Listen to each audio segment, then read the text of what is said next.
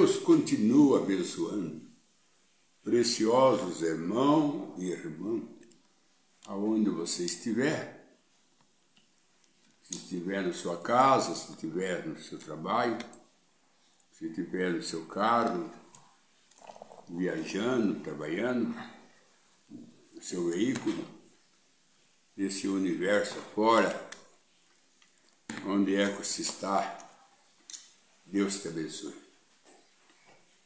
É o que eu desejo de coração, é que Deus te abençoe e te livra de todos os mal. Como o salmista, ele fala, o anjo do Senhor acampa ao redor de quem teme e livra de todo mal. Você só tem que ter temor de Deus. Se você tem temor de Deus, você tem direito do auxílio do anjo. Porque o anjo do Senhor acampa ao redor de quem teme. Então você tem que ter temor. Temor de Deus. E Salomão disse que o princípio da sabedoria é o temor de Deus. Em Provérbios. O princípio da sabedoria é o temor de Deus. O ladrão da direita já disse para o da esquerda, né? Você devia temer, pelo menos Deus. Já que você não teme os homens, já que você não teme a lei, já que você não teme ninguém, você devia temer pelo menos Deus. O ladrão da direita falou para a esquerda. Porque nós merecemos esse castigo aqui. Mas esse daí é inocente. Ele nada fez para ter aqui. Então, respeita. Tenha respeito. Tenha temor de Deus. Se você não tem temor do homem, tenha de Deus. Ele pediu para o ladrão da esquerda ter temor. E foi salvo. Com a posição que ele tomou. Foi a posição que ele tomou de reconhecer que Jesus era Deus. Primeira coisa que ele faz, reconhece que Jesus é Deus. E pede para a esquerda ter temor. Porque tem gente que vive sem temor. Ele não tem temor, não. Ele fala o que quer, vai onde quer. Ele não tem temor que Deus pode pesar a mão. Ele não tem esse temor. Eu acho que ele nem crê em Deus, né? Pelo jeito. Nem crê em Deus. Tem que ter temor de Deus. Lá em Tiago 2,19, São Tiago disse, conhece tu que Deus é um? Satanás também conhece e estremece. Satanás estremece Deus. Ele estremece. Agora nós nem temor tem. Estremecer é mais do que temor. Temor é uma coisa, estremecer é outra. Ele ainda estremece. Agora nós não temos nem temor de Deus.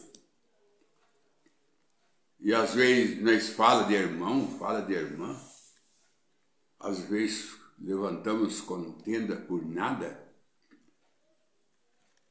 Para quê? Entristecer o Espírito Santo.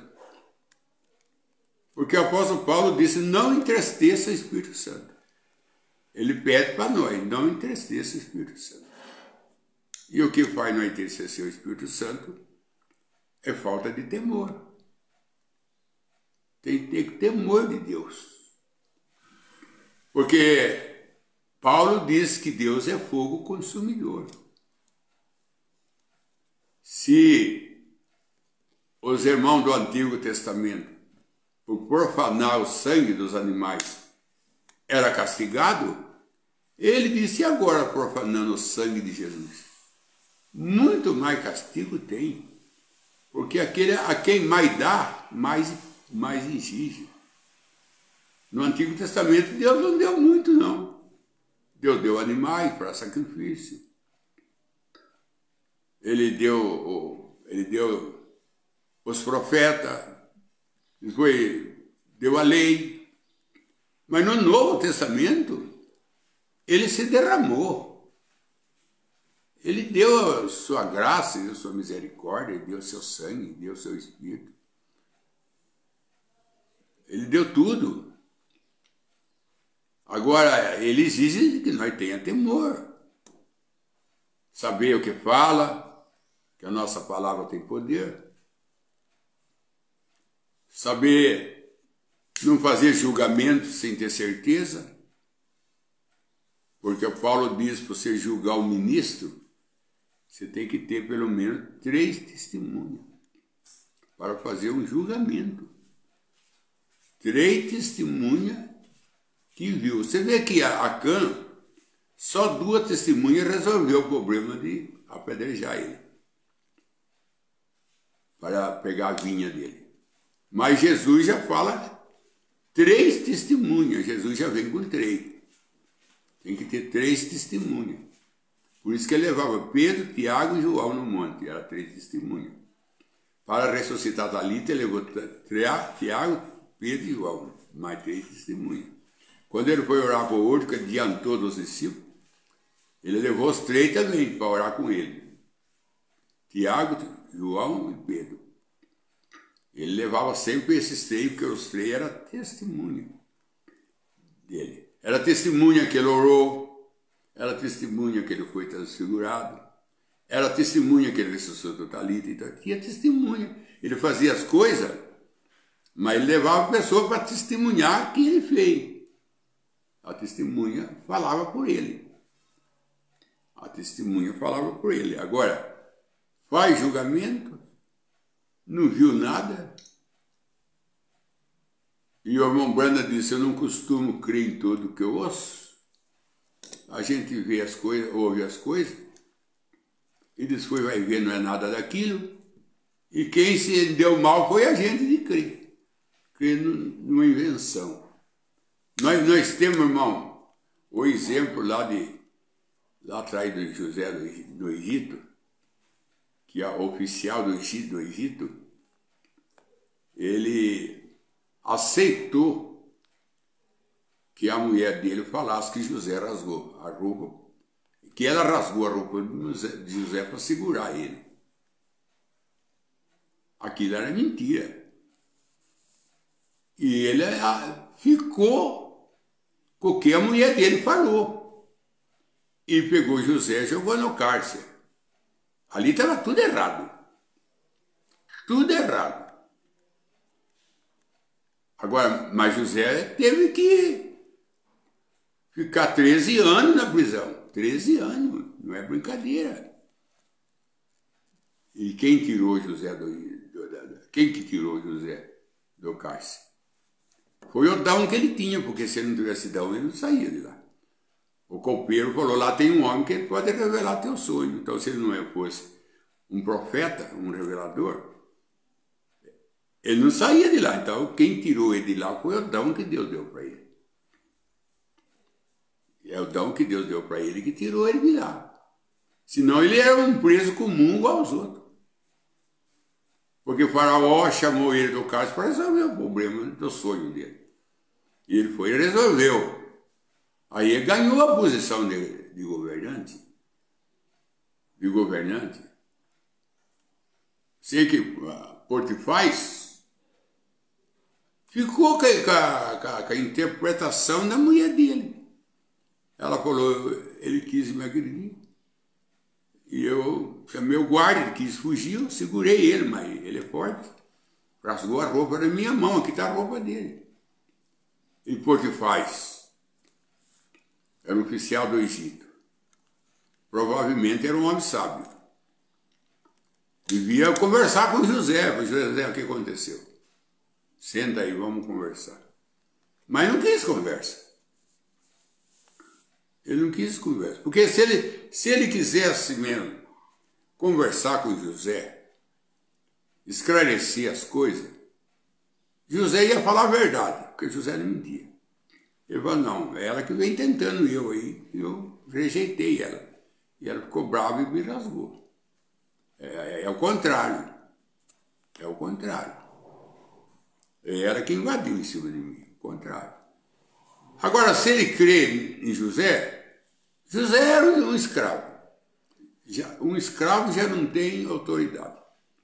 Fora da sua terra, já não tem autoridade. Não pertencia ao Egito. Piorou. Agora, ele ia deixar ele ia deixar de ouvir a sua mulher para ir contra José, mas de jeito nenhum. Ele não ia querer estragar o casamento dele, que ela ia ficar brava com ele. Então, para salvar o casamento, para salvar o companheirismo com a sua esposa, ele teve que aceitar a sua interpretação.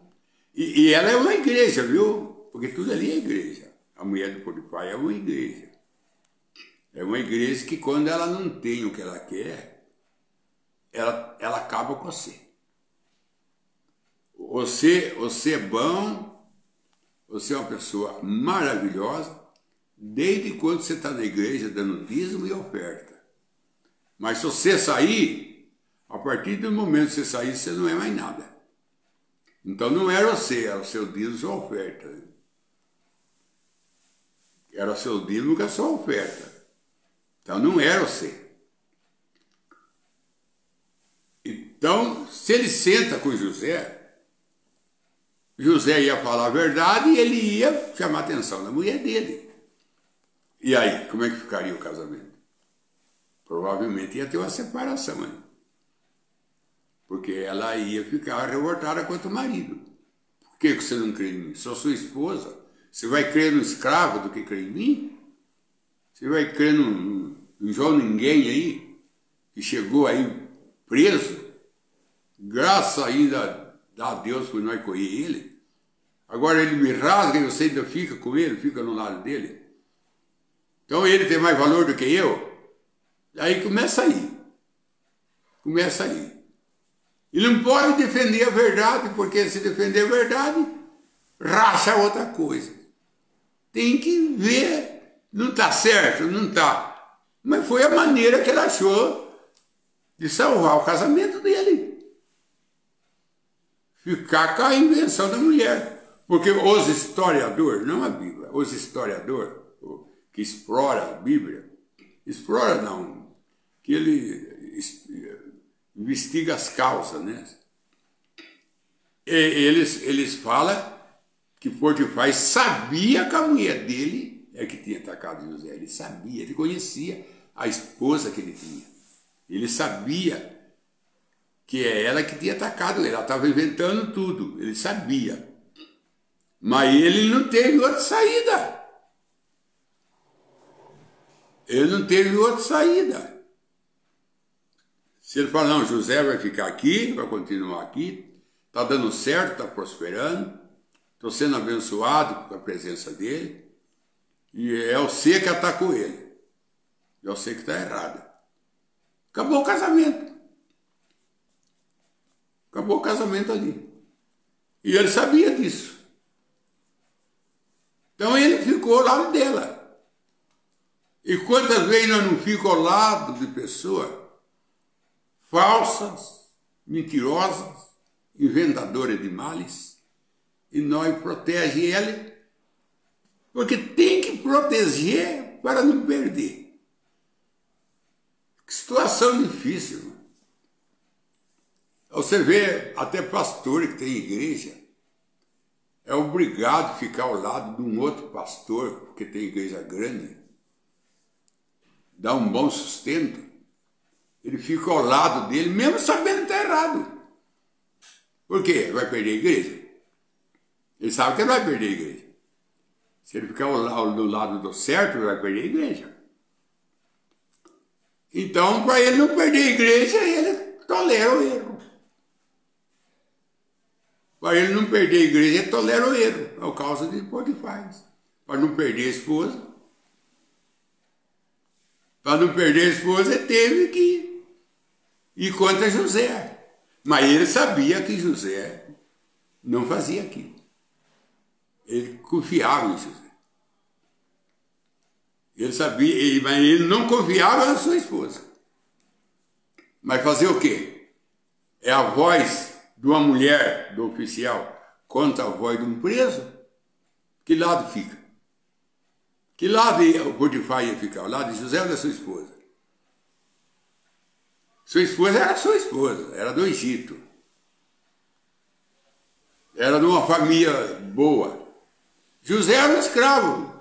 O que ele ia ganhar de proteger José e contra sua esposa? Não vai mesmo, irmão. Não vai mesmo. A pessoa sabe que está protegendo a pessoa errada. Mas se ela tomar uma posição certa, ela perde. Perde a esposa. Então ela tem que suportar. Ela tem que fazer coisas que não deve fazer. Agora, quando José chegou lá no trono, que ele chegou no trono, por 13 anos, chegou no trono. Que o copeiro, que ele revelou o sonho dele, apresentou José para Faraó. Lá no caso tem um homem que ele pode resolver esse problema aí. Ele resolveu o meu. Se ele resolveu o meu, resolve o seu. Se Jesus resolveu o problema de Israel abrindo o Mar Vermelho, ele resolve o nosso. A base é essa. Se ele resolveu no passado, ele resolve no presente. Porque Jesus Cristo é o mesmo ontem, hoje e eternamente. Deus não muda. Está lá em Malaquias. Deus não muda. E Tiago disse, não há nem sombra de mudança em Deus. Nem sombra de mudança em Deus. O irmão Branham diz, como ele começa, ele termina. Se ele começou usando sangue de inocente para combater o pecado, ele continua até hoje com sangue de inocente.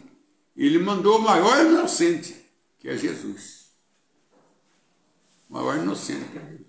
Agora, quando José se torna governante, que Faraó falou para ele, aqui está meu anel, aqui está o trono de governante e eu ficarei no trono de rei. Eu sou só maior do que você no trono. No trono eu sou maior. Mas em tudo aí eu sei que manda. Ele podia chamar Potifar.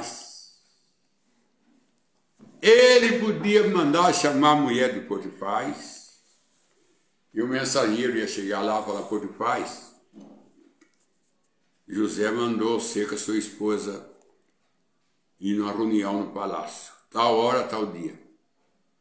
Vocês têm uma audiência com ele. E aí a mulher de Potifar vai falar, pois agora ele é governante, agora a sua voz é maior do que a minha. Agora a sua autoridade é maior do que a minha. Você vê como é que é a vida, meu irmão? Você vê como é que há 13 anos mais tarde, José estava acima dela. E era um governante com autoridade de fazer o que queria. Com autoridade do rei, que se fazer está feito. O rei deu carta branca para José. Primeira coisa, quero Potifar e a sua esposa aqui. Eu tenho que limpar aí um passado sujo que ela apoiou. Ela jogou eu como atacador de mulher casada. Aí ela colocou eu um homem sem temor. Aí que eu estou falando do temor. Ela colocou eu... Porque José teve temor de Deus. Ele falou para ela. Ela falou, ninguém está vendo. Ele falou assim, Deus está vendo. Tem um que você esqueceu. É Deus. Ele está vendo e soltando tudo. Ele teve temor de Deus. Não importa que foi preso. Não importa que for ao cárcere. Mas ele teve temor de Deus. E agora era ele que tinha voz. Era ele que tinha autoridade. Era ele o que eu falava, estava falado. Era ele. Ela com Potifar foi lá embaixo. Foi uma gangorra. José subiu e desceu. Mas José não mandou chamar os dois. Não mandou, não mexeu, ficou quieto. Porque se ele chama Potifar e a mulher do Potifar, ela corria o risco de ser presa. ele corria o risco de ser preso por apoiar ela, ou José ia tirar ele da missão de oficial. Você não vai ser mais oficial. Você não tem condições de ser oficial. Porque sua mulher fala, você crê? Você vai contra a verdade por amor à sua esposa? E prende inocente? E nunca veio me visitar, 13 anos? Nunca veio ter uma conversa comigo? Agora de hoje em diante você não é mais oficial. E você vai fazer um serviço, dá um serviço duro para ele lá. Vai quebrar pedra, abrir estrada com marreta. Podia dar um serviço pesado para ele. Ele podia fazer o que o faraó mandou ele fazer, o que ele queria. Mas ele não mexeu naquilo. Porque José era um homem que cria que tudo dá para o bem daquele que ama a Deus. Ele precisava ir na masmorra. Porque o irmão Branham disse que a masmorra é o Calvário que Jesus foi. E os dois que ele revelou o sonho eram os dois ladrões da cruz. Os dois ladrões da cruz, aqueles dois que José falou seu sonho, você vai morrer. Falou assim, eu sonhei, José, com um cesto de 3 andares na minha cabeça e as aves comendo os pão. Pois você está com a cesta de 3 andares, é trindade, irmão. Você está com a trindade na cabeça. E as aves estão acabando com tudo que você tem. Está comendo tudo. Você vai morrer. Que esses 3 cestos na cabeça aí, e as aves comendo os pão, está no cesto, você morre, irmão. Você vai morrer. O faraó vai chamar você lá e vai mandar matar você. Você está condenado, rapaz. Também anda com a trindade na cabeça, né? Anda com Deus 3 pessoas na cabeça. E quer colocar alimento nisso, as aves do céu vai comer. Vai comer. Aí ele virou para o outro e falou assim, eu sei, com o que você sonhou? Eu sonhei que eu estava espremendo uva no copo do rei. É o que eu fazia. Então você vai voltar para o palácio e espremer uva no copo do rei. Você não vai morrer, você vai voltar para o palácio.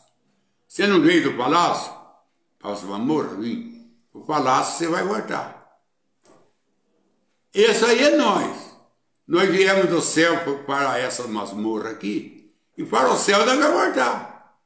O que o faraó falou para o copeiro. Você vai voltar de onde você veio. Você vai voltar para o palácio e fazer o que você estava fazendo. Não vai mudar nada. E é o que Jesus está falando para nós. Você vai voltar da onde você veio, do céu. Fazer o que se fazia lá antes, louvando a Deus. Ali José falando com o copeiro estava mostrando o retorno nosso para o céu. O retorno nosso para o céu. Aí, os dois apontam para os dois ladrões da cruz, um ia morrer, o outro ia se salvar. Um ia para o palácio, para o paraíso, ele falou, hoje mesmo tu estará comigo no paraíso. E para o outro falou, você vai morrer. Ou da trindade lá, o que andava com o cesto de 3 andares. Ou da trindade. Você vai morrer com essa trindade na cabeça. E você quer pôr pão ainda na trindade? Põe mensagem em cima da trindade? Põe comida na trindade para a igreja comer? As aves do céu é que vai picar isso aí.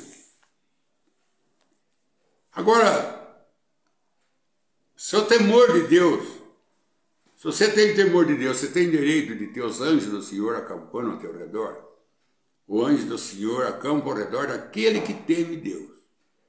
Ah, eu tenho o anjo de Deus comigo. Aí eu tenho o anjo de Deus andando ao meu redor. Ele anda ao redor de quem teme a Deus. E Salomão, eu repito, ele disse que o temor de Deus é o princípio da sabedoria. E o ladrão da esquerda, da direita, falou para a da direita. O da direita falou para a da esquerda. Você devia pelo menos temer Deus. Você devia pelo menos temer Deus. Irmão, não é qualquer roupa que nós podemos usar, nós temos que ter temor de Deus. Não é qualquer lugar que nós podemos entrar, nós é cristão. Quando eu preguei na igreja que nós é a estrela que guiou os 3 magos a Jesus, não é aquela estrela. O irmão Brando que aquela estrela que guiou os 3 magos a Jesus é nós. O Espírito Santo guiava a estrela guiava o mago. E nós temos que levar os magos, as pessoas que querem adorar a Deus e tem algo para dar para Deus. Quando eu saí, tinha algo para dar para Deus, para Jesus. E a estrela tinha que levar eles, não sabia ir. Eles não sabem ir a Cristo, é nós que tem que levar, não é a estrela. Nós não é a estrela de Abraão, que Abraão olhou, pode contar a estrela do céu, não são a sua descendência. Se nós é descendência de Abraão, nós somos estrela. E também Daniel fala que nós somos estrela para sempre e eternamente. E em Filipenses está escrito que nós devemos resplandecer no meio de uma geração mau e corrupta, e nós temos que resplandecer no meio dessa geração, porque a estrela, ela mais aparece que a noite. Quanto mais a noite é escura, mais a estrela aparece. Quanto mais o mundo corrompe, mais nós aparece. Mais nós aparece. Se todas as mulheres usavam saia, cabelo longo, você não sabia quem era crente. O que faz aquela estrela ser diferente, mostrar que ela é uma estrela, é a sua luz. E a luz não é dela também, a luz é de Jesus, porque nenhuma estrela, nem a lua tem luz própria. Tudo é o sol que clareia elas. Tudo é o sol, tudo é Jesus. Por isso que ele diz, sem mim nada podem fazer. Estrela nenhuma brilha, só a lua não dá claridade, só o sol não focalizar ela. Para ela transmitir para a terra o que o sol está dando para ela. Nós não tem nada, irmão. Quem tem é Jesus.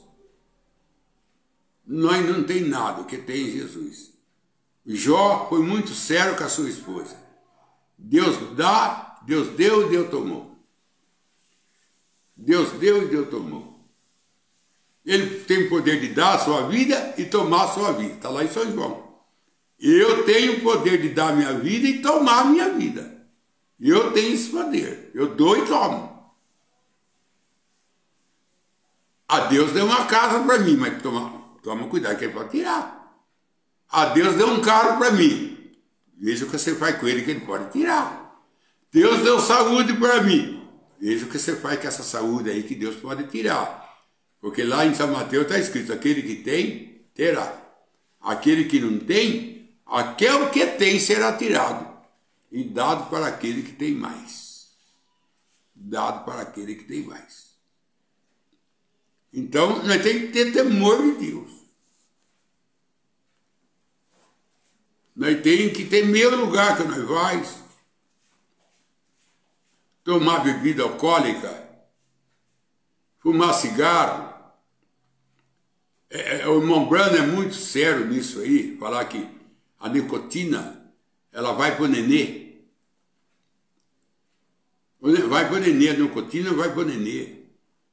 Ele já nasce com problema do cigarro dele. Se a mãe é fumante, o nenê já nasce com nicotina. Ele vai procurar. Por fumar mais tarde. Mas você está novo, você está fumando, cara, ele já nasceu com nicotina dentro dele. E um abismo chama outro abismo. Um abismo chama outro abismo. Se tem um abismo dentro dele, ele vai chamar outro abismo. Se ele tem nicotina, ele vai clamar para o cigarro. Vai chamar.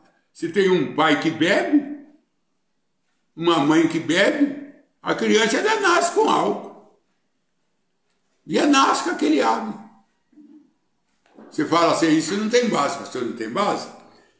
Quando a Isabel foi cheia do Espírito Santo, João Batista também foi. O Espírito Santo que a Isabel recebeu, João Batista recebeu com ela. Os dois foram cheios do Espírito Santo. E a vara que Jacó pintava, quando as ovelhas se uniam, casalava, aquilo que estava na vara ia para o reinho no ventre dela. No ventre da ovelha, aquela vara listada ia para dentro, lá dentro da lista. E todas as ovelhas de Jacó nasciam listadas, porque a ovelha, no coabitar, ficava olhando a vara pintada e passava para o neném, irmão, é Bíblia. Eu não vou prolongar muito aqui, eu vou só dizer uma experiência de uma psicóloga, eu não sei pronunciar certo, psicóloga, né? Psicóloga. Psicóloga. Ela estava consultando uma moça totalmente problemática. Aí ela falou assim, quando você tinha 18 anos, você lembra? Eu lembro, era uma moça, tinha umas colegas, assim. Quando você tinha 16, lembro. Eu estudava, eu via tal escola, a minha professora era tal. Tá bom? E quando você tinha 10 anos, lembro também. Eu brincava de tal coisa, corria tal coisa, pulava corda.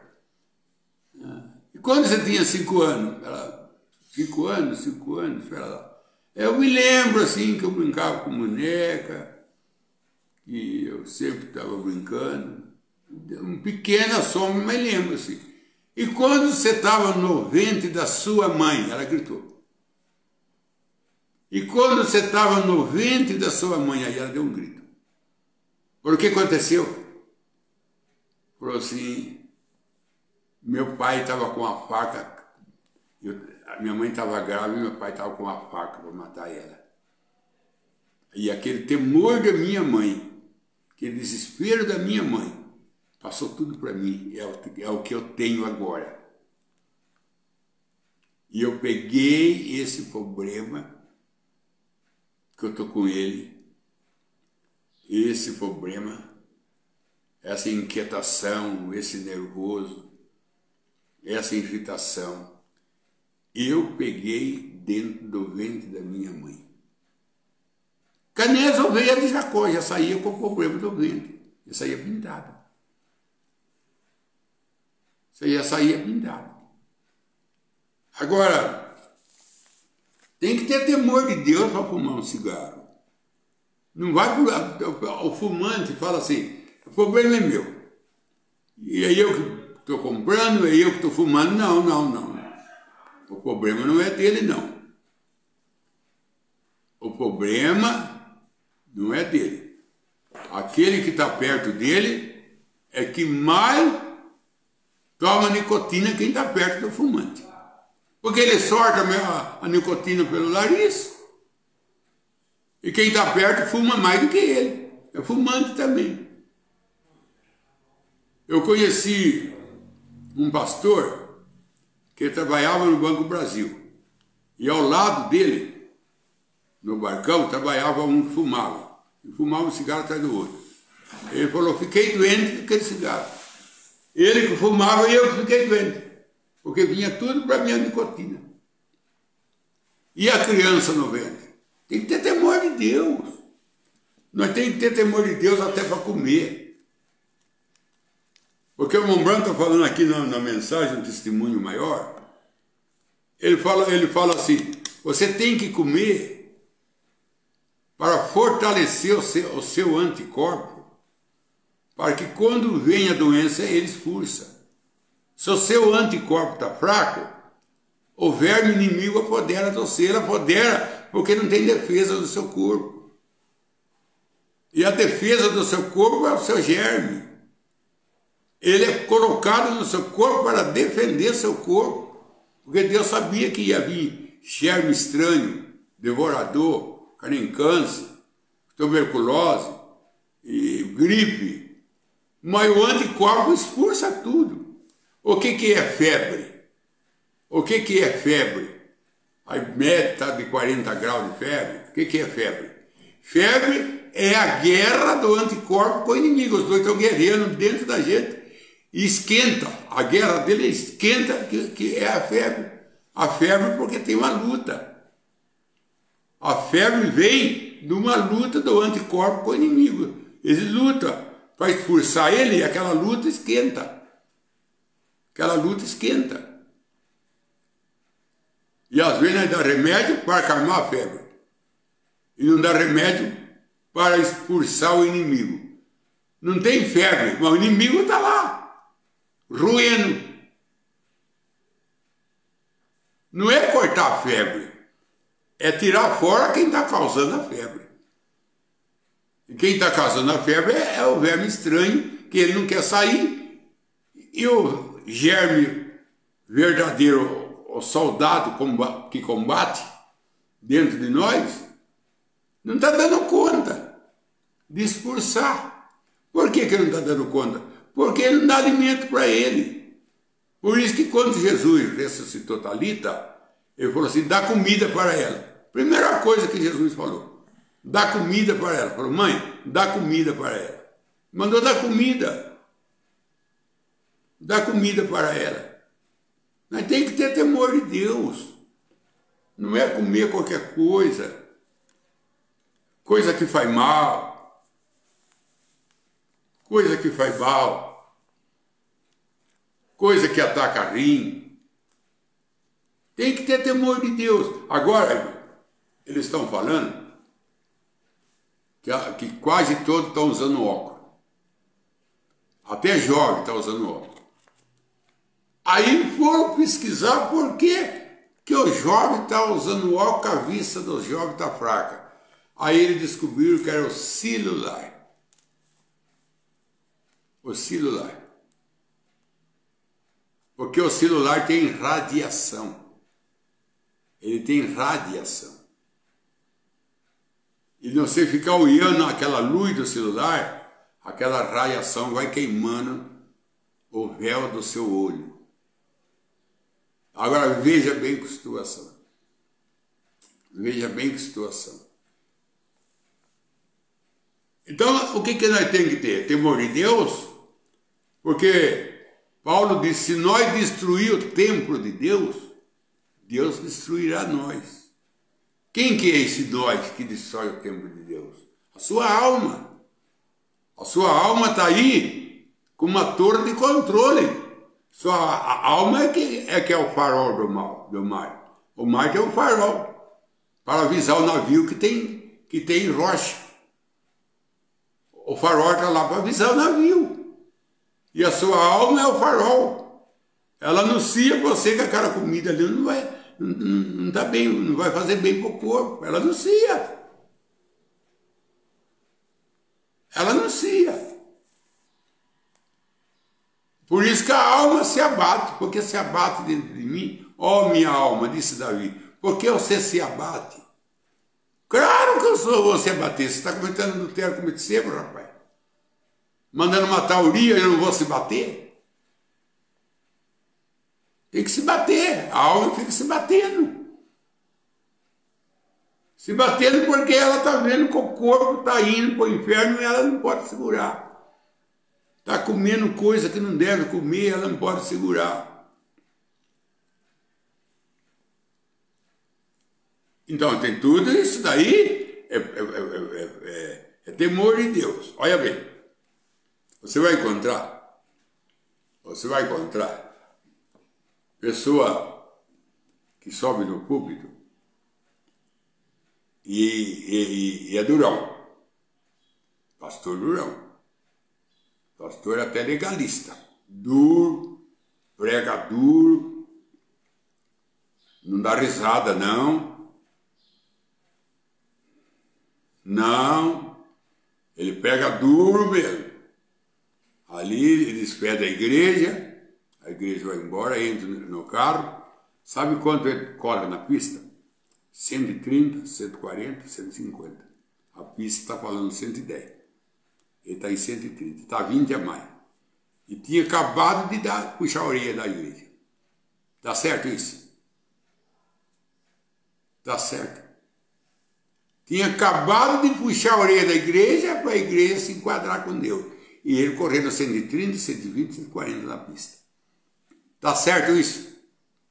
Essa placa está falando 110. Essa placa está falando 100 e está em 120. Essa placa fala 110 e está em 130. Olha lá se não vai para 150, 140. E ainda quanta vantagem. Eu vim em meia hora de tal lugar que você veio rápido. Claro que veio rápido, veio estourando todas as leis da estrada. Veio estourando tudo. O irmão Branham disse, eu vim no culto agora em toda a velocidade que a placa permitia. E eu cheguei aqui em toda a velocidade que a placa fornecia. Agora, se você cai num acidente na estrada, morre. Você acha que o seu anjo estava junto com você no carro, correndo fora da lei? Você acha que o anjo vai ficar no seu carro? Isso é falta de temor. Temor a Deus. Se não teme a lei do homem, vai temer a lei de Deus? Não teme. Não teme. Não teme de jeito nenhum. Então nós temos que ter temor de Deus. Que Deus te abençoe e que Deus dá para cada um uma boa tarde. Mas o temor de Deus é o princípio da sabedoria. E aquele que tem temor de Deus tem o direito de ter os anjos acampados ao seu redor. Pastor pergunta então. Tá bom. O irmão Júlio Braz ele pergunta, Pastor João, qual é a hora correta que se deve iniciar o período de jejum? Obrigado, Pastor João. Ô irmão, nós não temos na Bíblia um horário determinado para começar e terminar. Mas o certo, irmão, é você levantar cedo, você orar, já vem vindo da noite mesmo, você emenda com o dia. Aí você fala assim, eu vou orar, jejuar até meio-dia, ou que às 2 horas da tarde. Aí o certo mesmo é você começar de manhã. Porque você vai comer um pão recheado cedo, com um copão de café com leite, você jejua que é 3 horas. Você está jejuando o quê? Aquele café com leite, aquele pão sustenta você que é 3 horas. Jejuar com o estômago cheio, enche o estômago de comida para jejuar. Só já que você vai jejuar, levanta, como disse Jesus, lava o rosto. Se ele mandou lavar o rosto, quando jejuar, é porque você levantou da cama. Porque lava o seu rosto e não deixa ninguém perceber que você está jejuando. Aí que é duro. Porque a pessoa pergunta, vai comer? Ah, come aí, come. Você fala, não, eu estou jejuando, já está quebrando. Você deve falar assim, olha, eu não vou comer agora. Depois eu explico para você porque eu não estou comendo. Mas come um pouquinho, não. Agora eu não vou comer, mas depois eu vou explicar para você porque eu não estou comendo. Vou explicar para você porque eu não estou comendo agora. Se você também fala, eu estou jejuando, você já quebrou, porque Jesus falou, não conta nada para ninguém.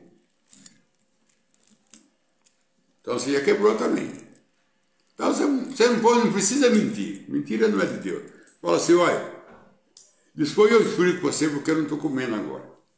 Eu vou comer mais tarde, mas agora não, e depois eu explico para você. Depois eu explico. Pronto. Aí você marca o horário até às 3 horas, ou até às 6 horas da tarde, mas também você vai jejuar, você tem que saber para que você está jejuando. Para que você vai jejuar?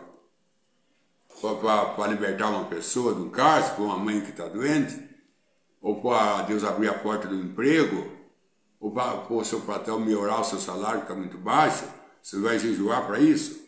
Então você tem um objetivo. Você precisa que o seu patrão melhore o seu salário. Então você vai jejuar para Deus abrir o coração dele. Você tem sua mãe doente no hospital, você vai jejuar para Deus dar harta para ela. Você tem uma filha, um filho que está indo para o mundo, você vai jejuar para Deus trazer ele de volta. Então tem que ter um motivo e um objetivo. me motiva o objetivo, tem que ter um motivo para jejuar. A Esther mandou o tio dela mandar o povo jejuar por 3 dias, o motivo era entrar no pátio do rei. Ela entrou no pátio do rei, Assuero, sem ser chamada, mas também o povo dela fazia 3 dias que estava orando e jejuando por ela. Ele ergueu a varinha para ela, o cetro, que ela não ia morrer. Mas também tinha o povo dela 3 dias, estava orando e jejuando por ela. Estava orando e jejuando por ela. Não é à toa que o rei levantou a varinha para ela, não. O povo dela estava 3 dias jejuando e orando por ela. E o povo de Nínive jejuou para Deus tirar o juízo sobre ele, que Joana disse que ia vir. E do rei até os animais. Ali já foi até os animais jejuou também. Até os animais. E o juízo não veio. O juízo foi embora. O jejum tem poder, irmão. Até você que está falando de jejum, se você está perguntando, porque você deve ter um dom para jejuar.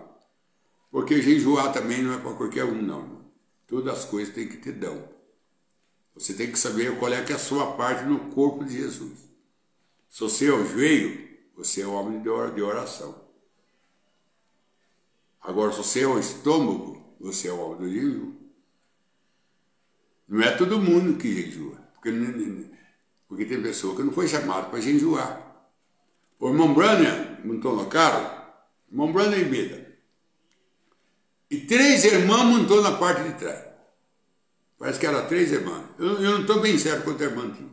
Mas eu sei que tinha umas irmãs sentadas atrás, no banco de trás. Aí uma falou para o irmão Branham, eu jejuei, eu orei, e aquele problema não foi resolvido. O irmão Branham disse, irmã, você não nasceu para jejuar. O seu ofício não é jejuar. É outra coisa que você tem que fazer para Deus. Você não é o estômago de Deus. Orar também. Faz culto de oração. Tem irmão que não é de oração. Olha o discípulo de Jesus.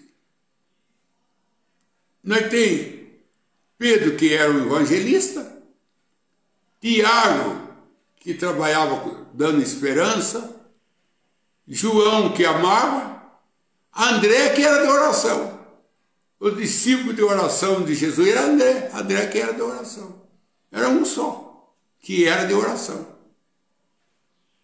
Então uma vez nós faz culto de oração, e o irmão não vem, outro irmão não vem, você fala, aquele irmão nem no culto de oração vem, e se ele não é de oração? Ele vai lá e não ora, mas vai lá, ele agacha lá, a ver que dorme, debruçado na cadeira. Eu já vi acontecer isso. Aqui dorme debruçado na cadeira. Ele não é de oração. Mas ele faz outra coisa importante para o corpo. Não é porque ele não ora que ele é inútil. Tem uma coisa que ele faz que a gente não faz. Talvez ele entregue o folheto que a gente não entrega. Talvez ele pega o carro dele e vai buscar a família para trazer na igreja, a gente não vai. Quer dizer, todo mundo tem a sua missão, todo mundo tem a sua função. Não é todo mundo chamado por uma coisa só. O olho tem a missão de ver, o ouvido tem de ouvir, a boca tem que falar, a mão tem que agarrar, a perna tem que andar, o pé tem que sustentar. É um corpo, cada um na sua função. Por isso que nós não podemos obrigar o outro a fazer o que a gente faz, porque aquele outro tem outra função. E a função dele você não faz, e ele não faz a sua. Então, o jejum, o certo é começar até amanhã. E lá em Nínive, quando fizeram o jejum, nem água tomaram, viu, irmão? Não tomaram nem água. Porque a água também é alimento. A água também é alimento. Se uma pessoa está no deserto aí que tem um pouco de água para tomar, ele fica muito dia, se tiver água. A água também é alimento. Vamos para a próxima pergunta. Agora da irmã Roberta Piuma, ela pergunta: pastor, a gente dá mensagem que já foi batizado há muito tempo. Pode pedir o batismo outra vez se quiser batizar de novo? Irmã, Se você já foi batizado faz muito tempo e você percebe alguma coisa que depois do batismo houve algum deslize, assim, não estou dizendo um deslize errado assim, não. Estou dizendo deslize assim, veio ficou nervosa, deu uma resposta seca para alguém e você sentiu a consciência pesada. E se você quer rebatizar, não é batizar de novo, fala. Não chama batizar de novo. Você vai renovar o seu batismo. Chama renovação. Você vai, que nem a águia. Quando ela tem 40 anos, o bico dela fica torto, a unha dela entorta, a pena fica amarela. Ela não serve mais para nada. Aí ela vai na rocha, ela bate com o bico na rocha, o bico sai. Aí ela tira toda a unha torta e toda a pena. Ela renova. É isso. Isso chama renovar. A irmã não fala, eu vou batizar de novo. Eu quero renovar meu batismo. Renovar meu batismo. É a mesma coisa de casamento, irmão. Casamento dura 50 anos, nunca foi renovado. Tem que renovar. Ir no altar, falar, pastor, eu com a minha esposa já faz 30 anos que sou batizado, nós queremos renovar o nosso casamento. O irmão Branham que ensina isso. Que tinha um casal que todo ano os dois iam no altar e pedia para o pastor abençoar o casamento dele. Aí o pastor falou assim, mas eu sei, já não estão casados? Eu falei assim, nós renovamos. Nós não estamos casando de novo, nós estamos renovando. Você renova carro, você renova casa, você renova... Por que você não pode renovar a sua vida? Renova de novo, você não vai batizar de novo, porque você já foi batizado. Você vai renovar seu batismo. Você vai renovar ele. A palavra correta é renovação. Você vai renovar o seu batismo. Até a nossa vida, irmã, tem que ser renovada de novo. Renovar de novo. Se converter de novo. Se converter, renovar de novo. Fazer uma renovação, uma mudança. Renovar. Porque desde quando se converteu, andou dando uns tropeção aqui, uns tropeção ali. Então você quer renovar. Você começar tudo de novo. Existe renovação. Existe renovação. Olha, ele vai renovar a terra. A terra já foi batizada no dilúvio. A terra já foi batizada com o sangue de Cristo. Deus não vai batizar ela de novo com o Espírito Santo para depois ela ser eterna? Deus vai batizar de novo. O batismo do fogo vai renovar a terra. O que é o jardim do Éden? O jardim que nós vamos. O paraíso. É a renovação do Éden. É Deus renovando o jardim do Éden. Ele renova prédio, renova a rua. Por que nós não podemos renovar nosso casamento, renovar nosso batismo? Então a irmã não vai batizar de novo. Sabe por quê, irmã? Porque aquele pastor que batizou a irmã, quando ele souber que a irmã foi batizada de novo, ele vai sentir humilhado. Vai falar, a irmã não considerou eu. Ele vai sentir humilhado. E a irmã é cristã. Eu te conheço, irmã. Eu te conheço. A irmã Roberta, né? A irmã Roberta, eu te conheço. E eu sei que você tem temor de Deus. E bastante. E bastante. Então, aquele pastor fica sabendo, você vai entristecer ele. E você pode, através da sua ação, trazer uma reprovação no ministério dele. Então, se ele amanhã vier falar para você, eu batizei você foi batizado de novo. Não, pastor. E eu sou batizado com o batismo que o Senhor me batizou. Só que eu renovei ele. Eu fui na água e renovei ele. Tal pastor me batizou. Eu não de novo. Ele renovou. Essa é a palavra correta. Vamos para o pedido de oração então. Argilda Costa, pede de oração na sua vida espiritual. O Livre Marcelo, mais do Espírito Santo. Oração à sua família, irmãos da fé e ao seu pastor Verbe. Joel William, seu favor, família e seu tio. Antônio Carlos, família, esposa, filhas e netos. Benedita Nitz, seu favor e família. William Pinheiro, seu favor e família. Senhor Deus, para cada ouvinte que está ouvindo ou vai ouvir mais tarde, eu peço que o Senhor, pela tua graça, derrama o Espírito Santo na vida de cada um e que o Senhor afasta da vida de cada um todo o mal que o atrapalha, toda a sombra, toda de dúvida, todo desânimo, que o Senhor afasta dos teus filhos e que eles possam, Pai, ser renovados, sua força, renovar, como a águia se renova, joga fora a pena amarelada, o bico torto, a unha torta, para ela poder caçar de novo as suas caças, porque ela já não pode mais. Se ela não fazer isso, ela vai morrer de fome, porque ela não pode comer com o bico torto.